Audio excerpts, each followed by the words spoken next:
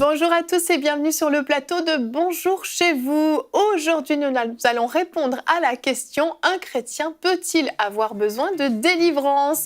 Bonjour à tous. Bonjour Evelyne. Et bonjour à notre invité Thierry Kopp. Comment allez-vous? Très bien, merci beaucoup. Est-ce qu'il faut qu'on dise Guten Tag ou... Guten Tag. En Alsace, on parle français. Un Alsacien sur notre plateau de la France, donc... Vous êtes un évangéliste et enseignant, hein. Vous avez un peu les deux casquettes parce que vous avez commencé en tant qu'évangéliste, mais vous avez également ouvert une école biblique, c'est ça? Est-ce que c'est Impact Ministère, c'est ça l'école biblique? Ça. Impact Ministère, vous avez fondé aussi HM Transformation. Oui. Je vous laisse peut-être nous dire ce que c'est. C'est notre association qui organise des camps, qui organise des séminaires. D'accord, des camps pour les jeunes aussi, vous faites... Je faisais des camps pour les jeunes, mais là on a arrêté, mais je pense qu'on va reprendre. Ah, c'est bien. Oui. Et MLC Ministries, qui est pour les hommes, c'est ça? Oui, séminaire pour les hommes, Men's Like Christ.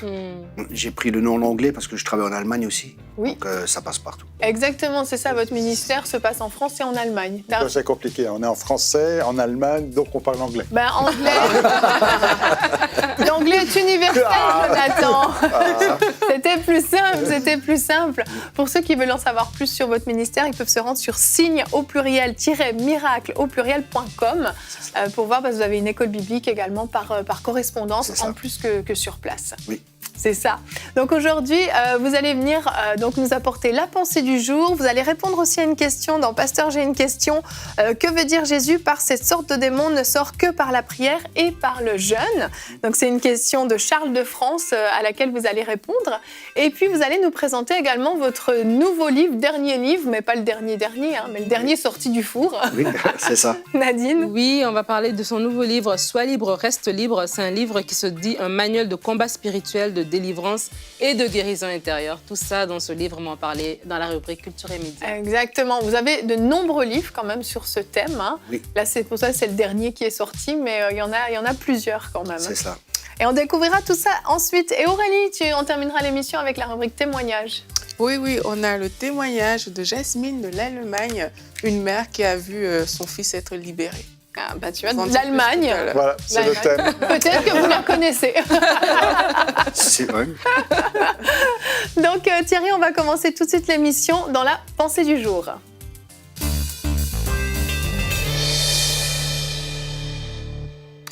Voilà, bonjour tout le monde. Merci beaucoup pour l'invitation aussi à EMC TV. C'est vraiment un privilège pour moi d'être là et de partager sur un thème qui est relativement chaud.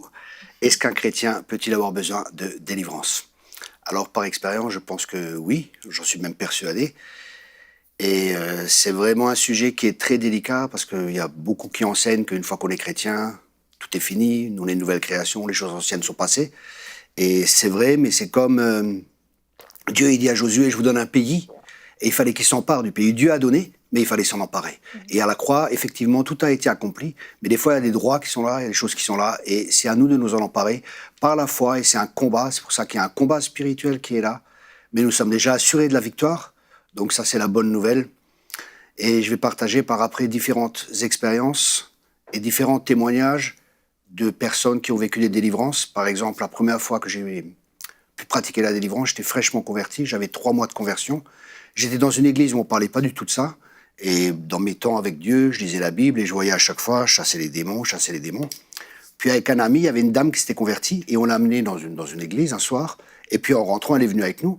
Et mon ami me dit, écoute, Thierry, prie pour elle. Puis je lui ai imposé les mains et au moment où j'ai imposé les mains, elle a commencé à trembler, tout ça. Puis je sais pas, j'ai fait comme c'est marqué dans la Bible, sors au nom de Jésus. Et la femme, elle est tombée. Et j'ai vu dans l'esprit, un esprit sortir de la personne et partir. Et puis la personne a été délivrée. C'était ma première délivrance, donc c'est beaucoup de pratique. Et c'est vraiment Dieu qui m'a enseigné. Je remercie le Seigneur pour ça. Ça fait plus de 20 ans que je pratique la délivrance.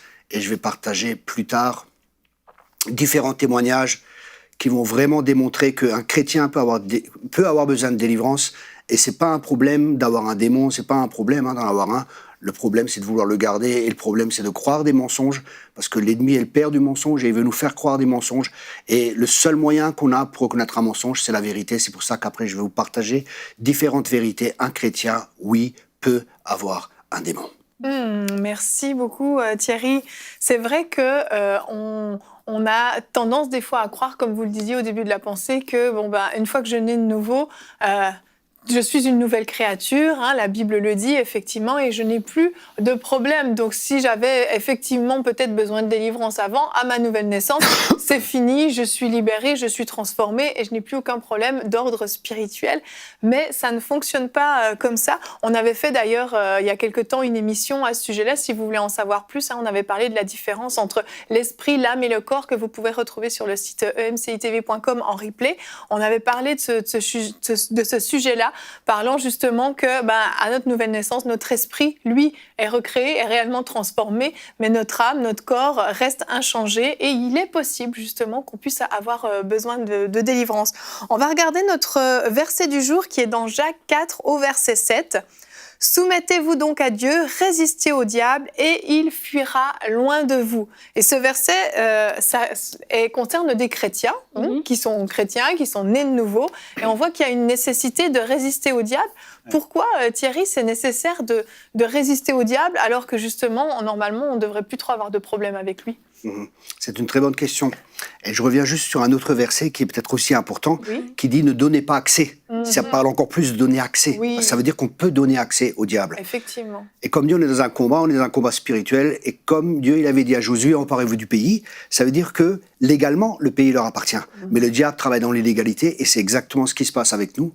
Il est le prince de ce monde, et il essaie de dominer, il essaie de trouver des portes d'entrée, et pas à travers des péchés ou différentes choses, pour justement avoir autorité ou prendre autorité dans certains domaines de notre vie.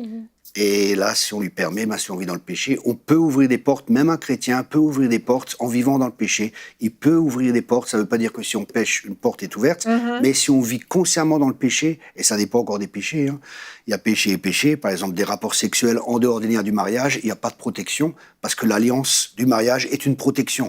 Donc s'il y a des relations sexuelles en dehors des liens du mariage, ça ouvre la porte aux démons et ça donne des droits à l'ennemi. J'avais par exemple une femme qui s'est convertie, une sataniste, et je lui dis, oui, comment tu faisais pour que les démons rentrent dans les personnes? Alors elle me disait, par exemple, un des moyens, elle parlait avec des gens, elle parlait du satanisme et tout ça, et d'un seul coup, elle faisait peur aux gens. Et quand les gens ils avaient peur, c'était comme une porte d'entrée. Ou alors, elle disait, elle allait en discothèque, et puis elle choisissait les hommes avec qui elle couchait, et à travers les relations sexuelles, il y avait des démons qui passaient d'elle dans les personnes. C'est fou ça quand même. Oui, c'est sûr que c'est un sujet qui est délicat, puis tu l'as dit un petit peu en introduction par rapport aux différentes sensibilités. Et il y a des fois des guerres ou des débats théologiques. Et on ne veut pas rentrer sur ce terrain-là aujourd'hui, en prenant du principe que si Jésus habite en moi, il ne peut pas y avoir quelqu'un d'autre qui y habite. Maintenant, on peut prendre, pour aider peut-être à comprendre un petit peu ce qu'on est en train de dire ici, ou à dédramatiser celui qui est peut-être inquiet de l'autre côté de l'écran, c'est de dire qu'il en va de même pour la sanctification. L'apôtre Paul appelle les chrétiens des saints. Mais maintenant, ça ne veut pas dire que celui qui vient de se convertir ou celui qui est chrétien sont saints. Bon, peut-être moi je suis saint, non? Toi seul le sais. En tout cas, ma femme est une sainte femme. Anne, si tu nous regardes. Non, je veux dire par là que dans la sanctification, il n'y a pas un on et off, mais il y a une évolution et on doit se sanctifier encore et faire des progrès spirituels. Et il en va de même dans le monde spirituel. Je pense qu'il ne faut pas réduire à juste une logique intellectuelle en disant les choses anciennes sont passées, toutes choses sont devenues nouvelles, donc il n'y a plus rien qui se passe. Maintenant, il y a des expériences, il y a des témoignages. Alors, il ne faut pas non plus tomber dans des généralités et puis faire peur un petit peu ceux qui nous écouteront en disant « Ah, peut-être qu'il y a des démons qui sont autour de moi, en moi. » Là encore, on peut jouer sur les mots entre est-ce qu'il y a quelqu'un qui est en moi? Est-ce qu'il y a une oppression démoniaque autour de moi? Résister au diable, est-ce qu'il est à l'intérieur ou est-ce qu'il est à l'extérieur? Alors bon, il y a beaucoup de théologiens qui jouent sur les mots et se disputent là-dessus, mais nous, l'essentiel de ce qu'on veut dire aujourd'hui, j'ai bien compris, c'est de dire... On va voir, je vais te dire. c'est de dire que c'est à la liberté que Christ nous a appelés. Et j'ai bien aimé l'exemple qui dit que la peur est une ouverture, et on ne veut pas justement créer de la peur chez un chrétien qui dirait « Oula, j'ai peur que le démon, ou j'ai peur d'être possédé, ou j'ai peur qu'un démon vienne sur moi ». Il ne faut pas être dans la peur, au contraire, il faut marcher dans la lumière ici. Là. C'est ça, il ne faut pas être dans la peur, mais il faut avoir conscience que c'est ça, justement. Parfois, on essaye de toutes sortes de façons naturelles de régler nos problèmes, mais finalement, on ne s'en sort pas, et on a l'impression que c'est comme cyclique, et finalement, le problème était d'ordre spirituel, et tout à coup, en une délivrance, puisque c'est le mot que le Seigneur même a utilisé dans la Bible, tout change en fait, tout reprend sa place dans notre vie en fait. Ce qui est peut-être important aussi, les 2 points qui sont vraiment importants. Délivrance, c'est quand un démon est dans une personne, et en dehors, il y en a des démons. Parce que mon don dominant, c'est le don de discernement. Donc des fois, je vois dans l'esprit, je vois les démons. Même dans les personnes, des fois, je vois à l'intérieur des personnes. Ou sous des personnes, je vois des démons. Ou dans le monde spirituel, je vois quoi. Je vois ce qui se passe. Heureusement, je vois plus d'anges que de démons. Et ça, c'est vraiment... Oui, heureusement. Et ça, c'est une réalité. C'est vraiment une réalité, et on est vraiment dans un combat, et après, il ne faut pas avoir peur. Mais ce qui est intéressant, en étudiant l'histoire et en étudiant l'Église primitive, par exemple, l'Église primitive, quand quelqu'un se convertissait, qu'est-ce qu'il faisait? Une personne de l'Église, pas forcément un ministère, mais un des disciples, parce qu'on est appelé à faire des disciples, ça sera mon prochain livre, on est appelé à faire des disciples, et justement... Ils prenaient cette personne pendant 3 jours, ils jeûnaient ensemble et ils priaient ensemble pendant 3 jours dès le début de la conversion, et ils faisaient tout le passé de la personne. Et je pense que si on revenait en tant qu'Église à ces pratiques, les gens ils partiraient dans la vie chrétienne avec beaucoup moins de boulets et beaucoup moins de problèmes que des fois ils sont obligés de traîner. Je vois des fois des chrétiens qui ont 10 ans, 15 ans, 20 ans de conversion parce qu'ils ne sont pas enseignés. Mon peuple périt faute de connaissances. Il y a vraiment un manque dans un domaine. L'ennemi a des droits alors que normalement... Ouais. Ça ne devrait pas être le cas. Et je crois que le mot délivrance, je te donne la parole. Je crois que le mot délivrance aussi, je crois qu'il y a une honte aussi qui est associée à ce mot-là. Et on est plus ouvert à dire on m'a guéri, j'ai besoin de guérison, j'ai besoin de ceci, de cela, mais de dire j'ai besoin de délivrance, c'est comme si on a honte en fait. Mais c'est l'ennemi en fait aussi qui va nous troubler, nous mettre dans la confusion, nous disant que si on a besoin de délivrance, c'est que voilà, on fait tâche, et puis il nous maintient en fait dans une honte, et en fait dans ces liens aussi. Et la Bible dit, comme le pasteur Jonathan l'a dit aussi, que lorsque Christ nous a affranchis, on est réellement libre. Il y a une liberté totale que Christ nous donne. Et il y a des personnes qui sont chrétiens et qui quand ils dorment la nuit, ils ont des visitations, qui sont chrétiens et qui vivent des choses vraiment dans leur maison, et mais qui n'osent même pas en parler, tu vois. Et vraiment, dans cette émission aussi, ce qu'on veut, c'est non, si vous vivez ces choses-là, dites-le. Et Dieu et Christ est venu pour vous donner une liberté totale. C'est pas une liberté que du dimanche matin de dire oui, mon nom est écrit dans le livre de vie, mais c'est une liberté totale que quand tu dors tout seul, il n'y a personne qui vient dormir avec toi. Et le matin, tu vois, il n'y a pas un monde spirituel parallèle que tu es en train de vivre. Et ces choses-là, que ce soit toi-même qui as ouvert des portes alors que quand tu marchais avant, ou que ce soit des choses qui ont été initiées même avant ta naissance, peu importe le bagage que tu as reçu, Christ, il a porté tout à la croix, et vraiment de rentrer dans cette pleine liberté, c'est ce qu'on veut faire aussi. Ça, c'est vraiment important ce que vous venez de dire. Pourquoi? Parce qu'un des principes dans la délivrance, c'est amener les choses à la lumière. Dieu travaille dans la lumière et l'ennemi travaille dans les ténèbres. Voilà. Donc, en confessant nos péchés, en mettant les choses à la lumière, on ôte des droits à l'ennemi. C'est pour ça que c'est tellement important. Et comme vous avez dit, souvent les gens, ils ont honte. Et la honte, c'est une arme de l'ennemi, quoi. Ils disent, oui, tu peux pas. C'est pour ça, souvent, quand je fais des séminaires, je dis, vous savez, quel démon, les miens ou les vôtres, ou n'importe, c'est pas une grosse affaire, quoi. Et c'est vrai, c'est pas une grosse affaire. Franchement, c'est des démons. Ils sont programmés pour nous obéir. Belzébuth est appelé le prince des mouches, et on fait toute une histoire, alors que c'est des mouches, quoi. C'est rien, quoi.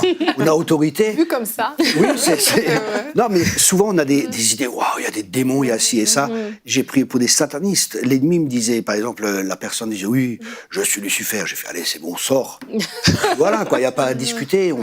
On a l'autorité. Mais c'est ça, mais c'est connaître son autorité, son Exactement. identité. C'est savoir qui on est en Christ. C'est le fondement, je pense, vraiment, de la vie chrétienne dans tous les domaines, hein. Pour la délivrance ou pour n'importe quel autre domaine, savoir qui on est en Christ et on est saint, c'est-à-dire mis à part, mais après, comme vous avez dit, il y a un processus de sanctification. Et ça, c'est après laissé à chacun de suivre ce processus de sanctification. Et dans ce processus de sanctification, il peut y avoir de la délivrance.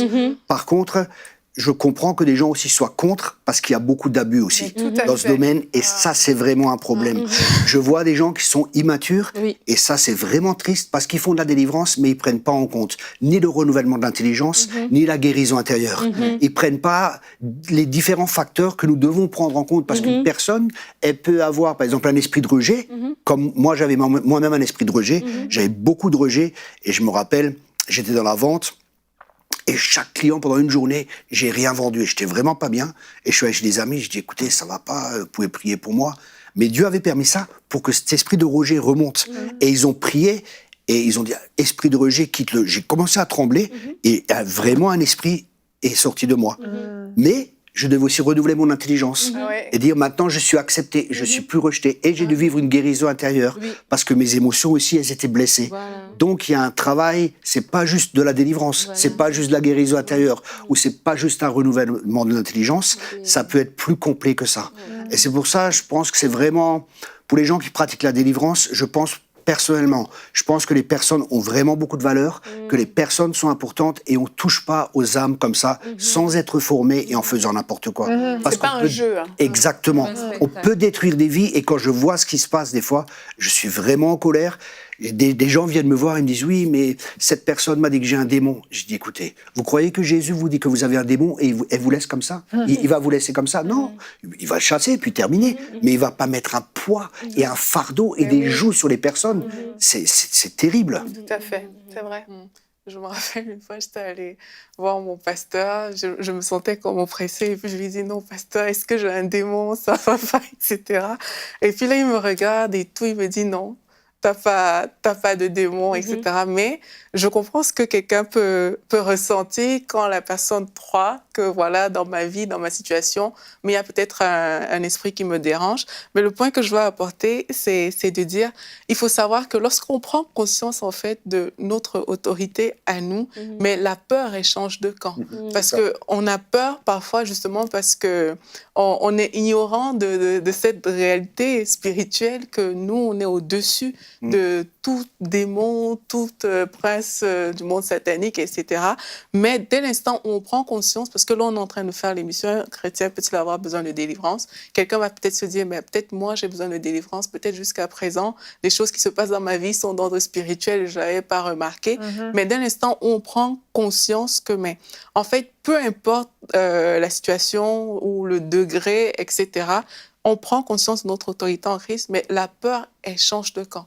Parce que là, tu commences à réaliser qu'en fait, Jésus, dans tous les cas, il est plus fort que n'importe quel démon réuni. D'ailleurs, à la croix, il les a déjà livrés publiquement en spectacle. Ils sont déjà vaincus, en fait. Donc, dès que tu prends cette conscience, mais tu te relèves et puis tu dis, OK, je marche dans mon autorité. Et c'est là où ce processus aussi se fait. C'est de dire que, OK, moi, je marche et je me comporte comme quelqu'un de libre.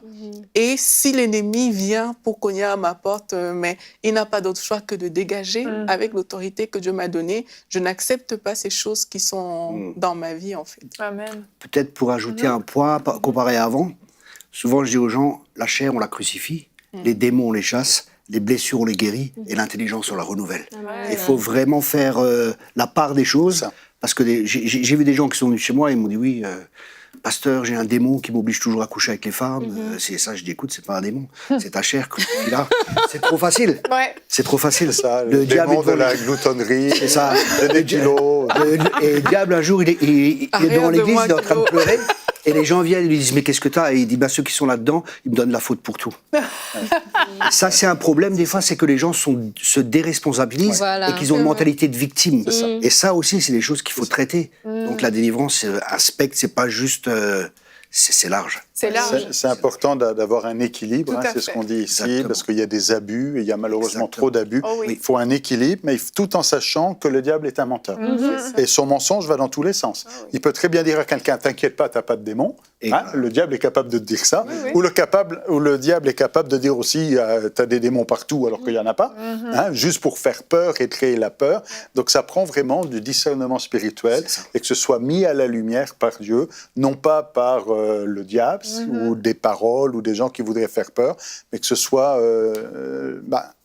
par le Saint-Esprit, que soit mis en lumière. Et si le Saint-Esprit met en lumière une situation spirituelle dangereuse, c'est pas juste pour mettre la lumière dessus, c'est pour qu'il y ait une délivrance et un changement. S'il y a une parole prophétique pour dire que tu as un démon, c'est pas juste pour faire de l'information, c'est parce qu'il y a quelque chose qui doit changer. Exactement.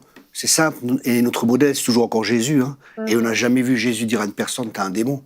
En 20 ans, j'ai jamais dit à une personne, t'as un démon. Et si une personne a un démon, on le chasse, terminé. On va pas mettre un poids ou des fardeaux. C'est pas juste. C'est sûr que pour mettre de l'eau à votre moulin, il y a une parole qui est quand même un peu spéciale quand Jésus dit à Pierre, arrière de moi Satan. Là, c'est autre chose. Là, mais c'est à Pierre quand même. Oui. Il le dit, et Pierre, il pouvait dire, il est où là, Satan là?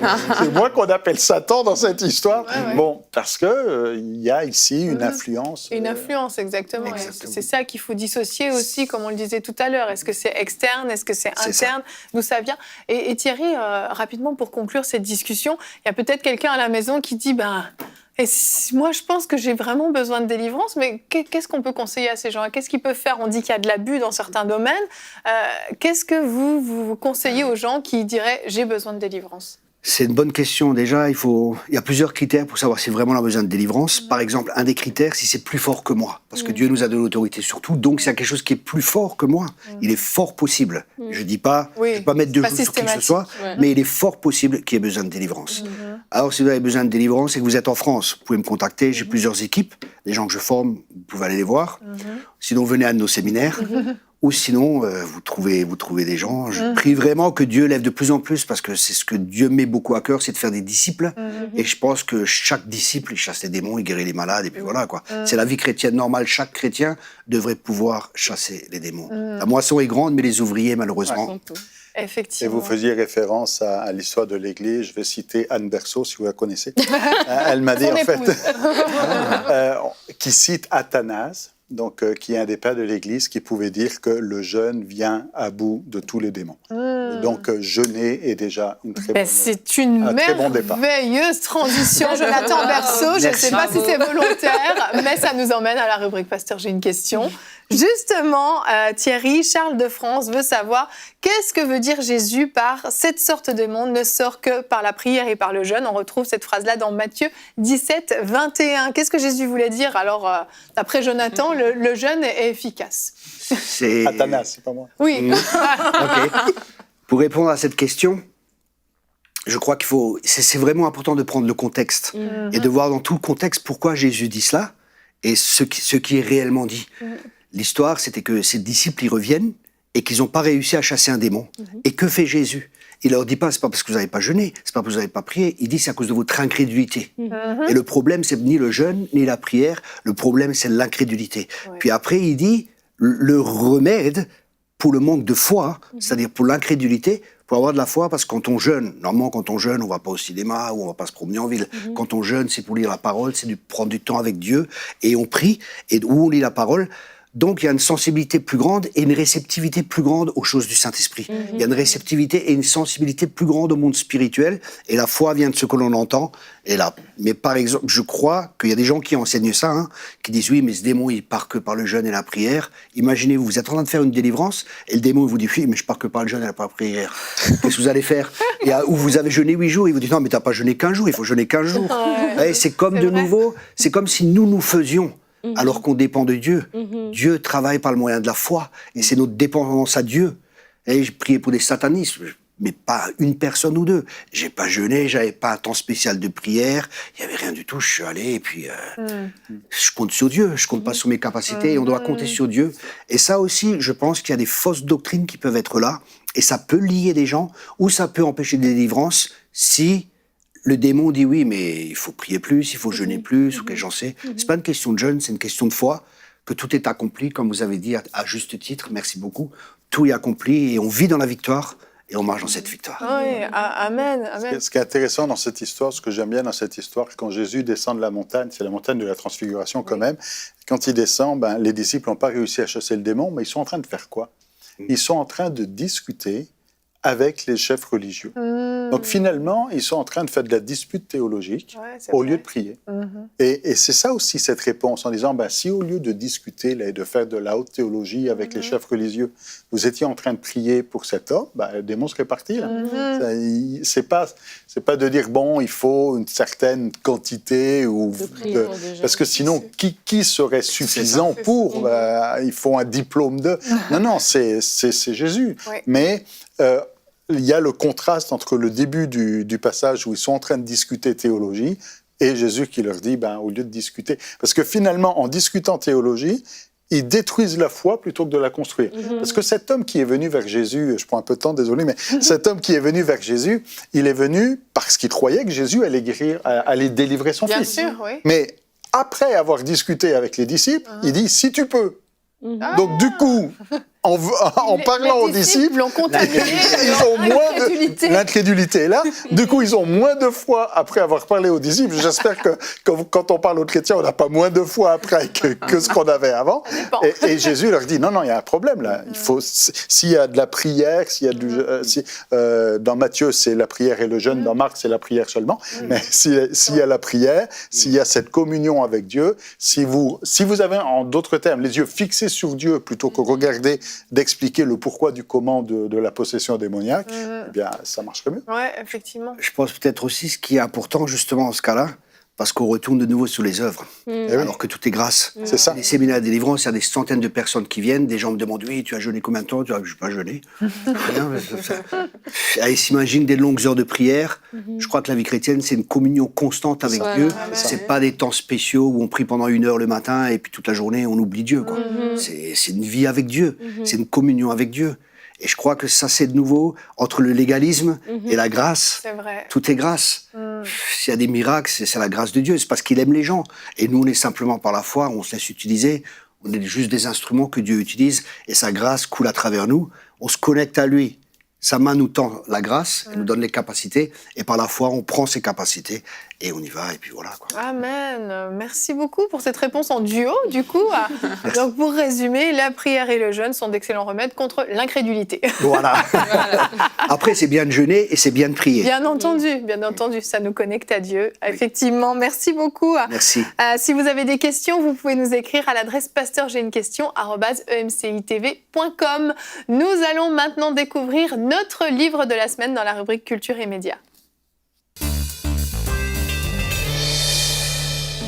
Découvrez le livre de la semaine.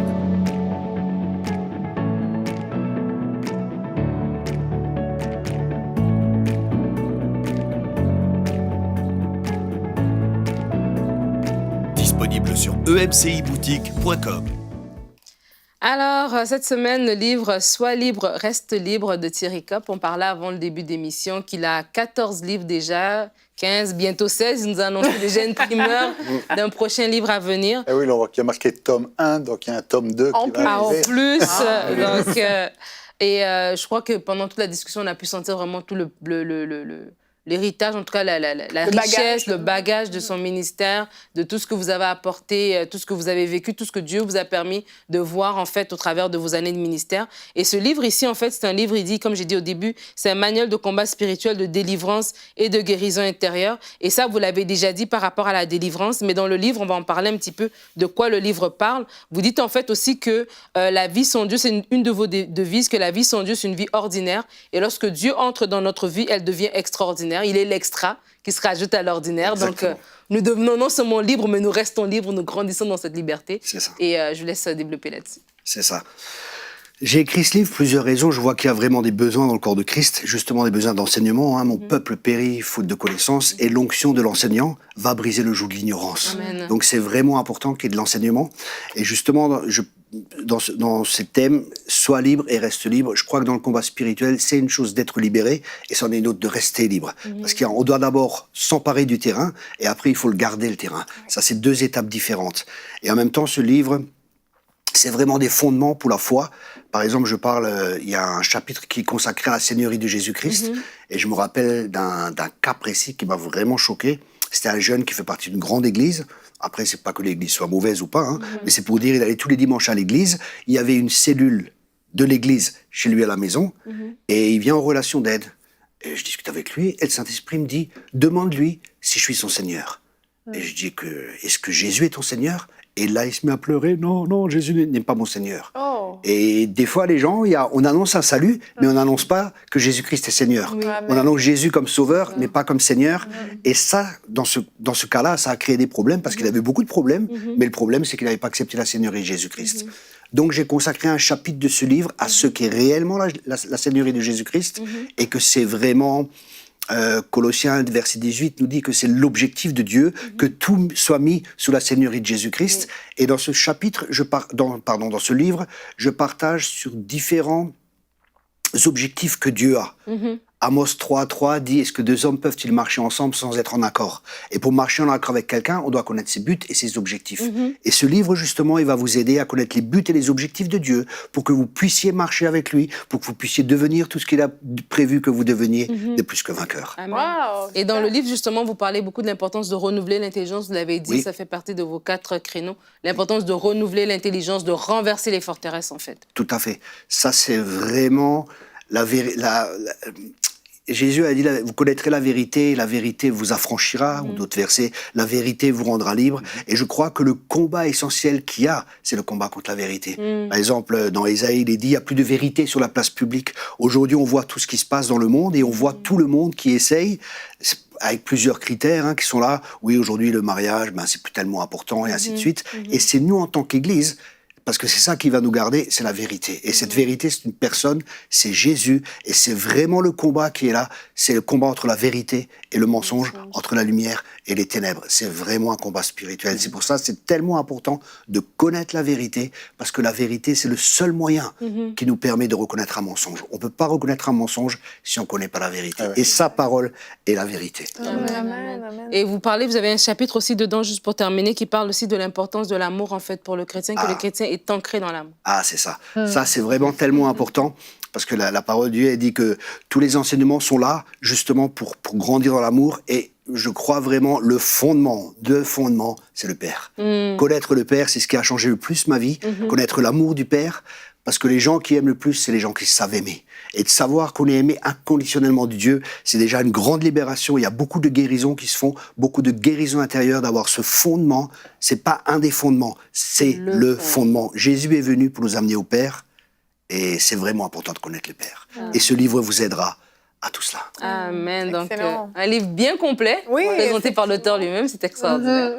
Et il est T'aimes bien ça, J'aime trop Nadine. ça. C'est plus facile de présenter un livre quand l'auteur est là. Non, mais des fois, c'est dangereux si tu fais un mauvais résumé là, devant l'auteur. C'est vrai. C'est vrai, mais franchement, je crois qu'on a tous bénéficié, en tout cas, du ministère du pasteur, de l'évangéliste Thierry. Et ce livre est disponible sur emciboutique.com. On a parlé de son site web aussi, de ses autres livres. Donc, Sois libre, reste libre. Je crois que c'est un livre qui couvre quand même pas mal de choses dans l'échange qu'on a eu. Donc, vraiment, on vous encourage à vous le procurer. Voilà. Merci beaucoup, Nadine. Et merci, Thierry, de prendre le temps de mettre à profit tous ces enseignements que vous avez, toute cette expérience que vous avez pour la francophonie. On continue, Aurélie, avec la rubrique témoignages.